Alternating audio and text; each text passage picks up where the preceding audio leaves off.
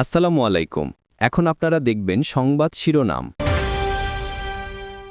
Appeal শুনানিতে প্রার্থিতা ফিরে পেলেন আরও 61 জন। কুমিল্লা 4-এ বিএনপি প্রার্থী মঞ্জুরুল মুন্সিকে চেম্বার আদালতেও ঋণ খেলাপি ঘোষণা, হাইকোর্টকে রুল নিষ্পত্তির নির্দেশ। তো ঘেঁষা 3 উপজেলা দিয়ে থামছেই না চোরাচালান, ভোট ঘিরে অবৈধ অস্ত্র ঢোকার শঙ্কা, সর্বোচ্চ সতর্কতার কথা বলছে বিজিবি। নির্বাচন সুস্থ হতে গেলে আমাদের যে বর্ডার গায়ে বিজিবি আরো স্ট্রং করার দরকার। জাতীয় সংসদ নির্বাচন যেন কোনোভাবেই কোনো প্রকার সমস্যার সম্মুখীন না হয়, সেক্ষেত্রে আমরা আমাদের টহল কার্যক্রম জোরদার করেছি। রংপুরের শ্যামপুরে রেকটিফাইড স্পিরিট পানি অসুস্থ আরও 3 জনের মৃত্যু, এ নিয়ে 3 দিনে প্রাণ গেল 7 জনের। লালমনিরহাটে থানা ও আদালত চত্বরে খোলা জায়গায় পড়ে আছে জব্দকৃত হাজারো যানবাহন, অযত্ন অবহেলায় নষ্ট হচ্ছে সম্পদ। তীব্র শীতে উত্তরে বড় আবাদে বিলম্ব, সংকটের অজুহাতে বাড়তি দামে বিক্রি হচ্ছে সার ও ডিজেল, দুশ্চিন্তায় কৃষক। কুয়াশার কারণে চারা ভালো মতো হয়নি। তেলের দাম গতবারে ছিল 5 টাকা, 105, এইবার হচ্ছে 110 টাকা। সার পাওয়া যাচ্ছে না, সার তো কোন দোকানদারাই বললেন নিজে আছে। আসসালামু আলাইকুম। এখন দেখবেন সংবাদ বিস্তারিত। ত্রয়োদশ জাতীয় সংসদ নির্বাচনে আপিল শুনানির 5ম দিনে এখন পর্যন্ত 75টি আবেদনের শুনানি হয়েছে, আর প্রার্থিতা ফিরে পেয়েছেন 61 জন। 12 জনের আপিল নামঞ্জুর করা হয়েছে, 2 জনের আবেদন শুনানি স্থগিত রাখা হয়েছে, 2 জন আবেদনকারী অনুপস্থিত ছিলেন। সব মিলিয়ে গত 4 দিনে 2 শতাধিক আবেদনকারী তাদের প্রার্থিতা ফিরে পেয়েছেন। 18 জানুয়ারি পর্যন্ত এই আপিল শুনানি চলবে। আর এবারে নির্বাচনে মনোনয়নপত্র বাতিল ও গ্রহণের সিদ্ধান্তের বিরুদ্ধে নির্বাচন কমিশনে মোট 645টি আপিল আবেদন জমা পড়েছে। কুমিল্লা 4 আসনের বিএনপি প্রার্থী মঞ্জুরুল হাসান মুন্সি ঋণখেলাপি হিসেবে আপিল বিভাগের চেম্বার আদালতেও বহাল থাকছে। বুধবার বিচারপতি ফারাহ মাহবুবের চেম্বার আদালত এই আদেশ দেন। মামলার রুল 2 সপ্তাহের মধ্যে নিষ্পত্তির জন্য হাইকোর্টকে নির্দেশ দেওয়া হয়েছে। তবে প্রিমিয়ার ব্যাংকের আইনজীবী জানিয়েছেন তিনি ঋণ পুনঃতফসিল করেছেন, এর ফলে রুল নিষ্পত্তি হলে দ্রুতই তিনি ঋণ খেলাপি থেকে মুক্ত হবেন। এর আগে গত 8 জানুয়ারি ঋণ খেলাপির তালিকা থেকে কুমিল্লা 4 আসনের বিএনপি প্রার্থী মঞ্জুরুল হাসান মুন্সির নাম বাদ দিয়ে হাইকোর্টের আদেশ স্থগিত করেন চেম্বার আদালত। পরে এই আদেশ প্রত্যাহার চেয়ে আবেদন করে মঞ্জুরুল হাসান মুন্সি। ভারতের ত্রিপুরা রাজ্যের সীমান্ত ঘেঁষা ব্রাহ্মণবাড়িয়ার আখাউড়া, কসবা, বিজয়নগর উপজেলার 87 কিলোমিটার সীমান্ত এলাকা এখন অস্ত্র এবং মাদক চোরাচালানকারীদের ট্রানজিট পয়েন্টে পরিণত হয়েছে। আসন্ন ত্রয়োদশ জাতীয় সংসদ নির্বাচন ঘিরে সীমান্ত পেরিয়ে দেশে ঢুকছে অত্যাধুনিক আগ্নেয়াস্ত্র, মাদক, আর এমন শঙ্কায় উদ্বিগ্ন সীমান্তবাসী। তবে বিজিবি বলছে সীমান্তে সর্বোচ্চ সতর্কতা জারি রয়েছে। সীমান্তের ওপারে ভারতের ত্রিপুরা আর এপারে ব্রাহ্মণবাড়িয়ার 3টি উপজেলা আখাউড়া, কসবা ও বিজয়নগর। এই 3 উপজেলার সীমান্ত পথ দীর্ঘদিন ধরে মাদক ও অস্ত্র চোরাচালানের রুট হিসেবে পরিচিত। তাই বাড়ছে আতঙ্ক। সীমান্ত পেরিয়ে দেশে ঢুকছে বিভিন্ন ধরনের মাদক ও আধুনিক আগ্নেয়াস্ত্র। নির্বাচন সুস্থ হতে গেলে আমাদের যে বর্ডার গায়ে অবরত মাদক চোরা চালান এগুলো হইতেছে, এগুলারে যে কোনো প্রকারে আমাদের বর্ডার গার্ড বিজিবি আরো স্ট্রং করার দরকার। বর্তমান যে আইন শৃঙ্খলা পরিস্থিতি আছে, আমরা সাধারণ মানুষ হিসাবে এই পরিস্থিতির জন্য আমরা নিজের উদ্বিগ্ন। মাদক যদি কেউ আসক্ত হয়, তার হাতে অস্ত্র চলে আসবে, এটাই স্বাভাবিক। সাম্প্রতিক সময়ে সন্ত্রাসীদের গুলিতে প্রাণ গেছে 3 জনের, আহত হয়েছেন অনেকেই।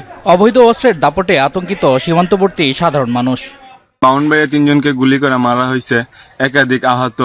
এই গুলি পাইছে কই, গোলা বারুদ পাইছে কই? এই যে বর্ডার দিয়েই তো নামছে, ত্রিপুরা থেকে গোলা বারুদ অস্ত্র আসতেছে, বাংলাদেশ থেকে গল যাইতেছে, মাদক নামতেছে। যেভাবে অস্ত্রের জনজনানি এবং খুন খারাপই হচ্ছে, আগামী ত্রয়োদশ নির্বাচন শঙ্কা প্রকাশ করছে। গোলা বারুদ যদি এটা তো বন্ধ না করলে এটা নিরাপত্তা হইব কেমনে? বিজিবি বলছে নির্বাচন ঘিরে সীমান্তে বাড়ানো হয়েছে নজরদারি। সুলতানপুরের 60 বিজিবি ব্যাটালিয়ন ও সরাইলে 25 বিজিবি ব্যাটালিয়ন যৌথভাবে কাজ করছে চোরাচালান ঠেকাতে। বিশেষভাবে আমরা আমাদের টহল এটা জোরদার করেছি, বৃদ্ধি করেছি। আগে আমাদের যে পরিমাণ ট্রুপস ডিপ্লয় থাকতো, এখন তার থেকে অনেক জায়গায় 2 গুণ, কোনো জায়গায় 3 গুণ ডিপ্লয় করেছি, যেন বিভিন্ন নাশকতাকারী যারা দেশের ভেতরে করবে তারা যেন সীমান্ত পাড়ি দিয়ে না যেতে পারে, বা সীমান্ত থেকে এরকম কেউ কোনো কিছু এসে না করতে পারে। রংপুরের শ্যামপুরে রেকটিফাইড স্পিরিট পানে অসুস্থ আরো 3 জনের প্রাণ গেছে। এ নিয়ে 3 দিনে 7 জনের মৃত্যু হলো। দুপুরে হাসপাতালে চিকিৎসাধীন অবস্থায় জয়নুল আবেদিন মারা যান। মঙ্গলবার রাতে মৃত্যু হয় আব্দুল মালিক ও রাশিদুল ইসলামের। গত শনিবার মধ্যরাতে শ্যামপুরে মাদক ব্যবসায়ী জয়নুল আবেদিনের বাড়িতে হোমিওপ্যাথিক রেকটিফাইড স্পিরিট পান করেন বেশ কয়েকজন। এতে অসুস্থ হয়ে ঘটনাস্থলেই প্রাণ যায় আলমগীর হোসেন, সোহেল মিয়া, জিন্নাত আলীর। আর চিকিৎসাধীন অবস্থায় মারা যায় মানিক চন্দ্র রায়। এখনও বিভিন্ন হাসপাতালে চিকিৎসাধীন কয়েকজন। আর এই ঘটনায় জয়নালকে গ্রেফতার করে পুলিশ। পরে তার শারীরিক অবস্থার অবনতি হলে হাসপাতালে ভর্তি করা হয়। উদ্ধার করা হয় 10 বোতল রেকটিফাইড স্পিরিট। লালমনিরহাটের দায়রা আদালত চত্বর এবং জেলার 5টি থানা এলাকায় খোলা আকাশের নিচে পড়ে আছে হাজারো যানবাহন। মামলা নিষ্পত্তি না হওয়ায় জব্দকৃত সব যানবাহন বছরের পর বছর অবহেলায় পড়ে থেকে একেবারে ব্যবহারের অনুপযোগী হয়ে পড়ছে। এতে একদিকে যেমন সম্পদের অপচয় হচ্ছে, তেমনি আদালত এবং থানা চত্বর ভাগাড়ে পরিণত হচ্ছে। সংক্রান্ত জটিলতায় লালমনিরহাট দায়রা আদালত চত্বর সহ জেলার 5টি থানা ও ডিবি পুলিশের হেফাজতে বছরের পর বছর পড়ে আছে হাজার হাজার যানবাহন। জব্দকৃত এসব যানবাহন দীর্ঘদিন ধরে খোলা আকাশের নিচে থাকায় রোদ বৃষ্টি আর ধুলোবালিতে নষ্ট হচ্ছে, চুরি হয়ে যাচ্ছে যন্ত্রাংশ। আদালত চত্বর ও থানা এলাকায় যানবাহন রাখার স্থানগুলো ধীরে ধীরে ভাগাড়ে পরিণত হচ্ছে।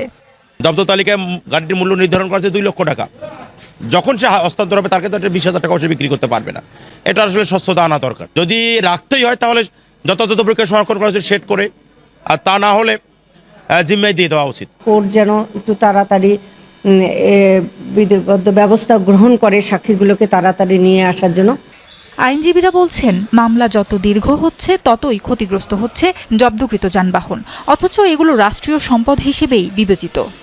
যে মামলাগুলো 6 মাসের মধ্যে নিষ্পত্তি হওয়ার কথা, এই আইনি জটিলতার কারণে আজকে বছর পরে আছে। যদি এই মামলাগুলো দ্রুত নিষ্পত্তি হয় তাহলে সরকারের এখান থেকে মোটামুটি এটা রাজস্ব আদায় হবে বলে আমি আইনজীবী হিসেবে মনে করি। নিত্য নতুন মামলা হচ্ছে, নিত্য নতুন প্রতিদিনই কম বেশি মামলা সম্পর্কিত বাহনগুলো আটক করা হচ্ছে এবং সেগুলো মালখানায় নিয়ে আসা হচ্ছে।